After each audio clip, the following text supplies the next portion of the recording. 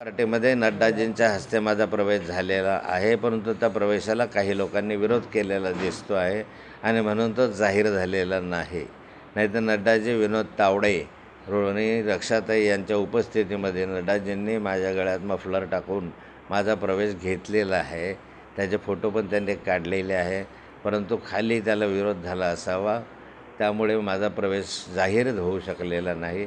आणि मला वाटतं की अशा स्थितीमध्ये आता भारतीय जनता पार्टीमध्ये राहणं योग्यही नाही. भारतीय जनता पार्टीमध्ये प्रवेश करणार अशा स्वरूपाची विनंती मी भारतीय जनता पार्टीला केली होती, परंतु भारतीय जनता पार्टीकडून अद्याप तरी पूर्ण प्रतिसाद मिळालेला नाही. मी राष्ट्रवादी काँग्रेसचा सदस्य अजून आहे.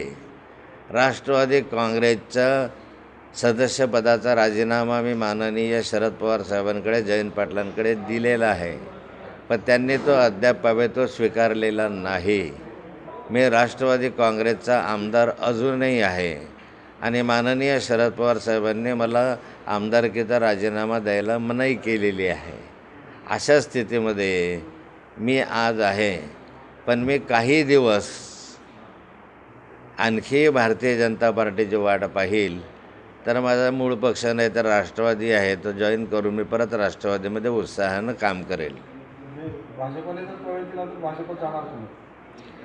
भारतीय जनता पार्टीमध्ये प्रवेश करावा असं माझं मत पूर्वीपासून होतं. काही कारणं त्याचे होते, त्या कारणांची मीमांसा मी माननीय जयंत पाटील आणि शरद पवार साहेबांकडे केली. माझ्या काही अडचणी होत्या आणि त्या माध्यमातून मला भारतीय जनता पार्टी जॉईन करावं असं वाटलं होतं. पण आता या अशा स्थितीमध्ये मला आता विचार करावा लागेल. भारतीय जनता पार्टीचा फार काही चांगला प्रतिसाद मिळत नाही आहे आणि त्यामुळे आता राजकीय भवितव्यासाठी मला कुठला तरी निर्णय घेणं आवश्यक आहे आणि तो निर्णय मी या वाढदिवसाच्या दिवशी घेईल.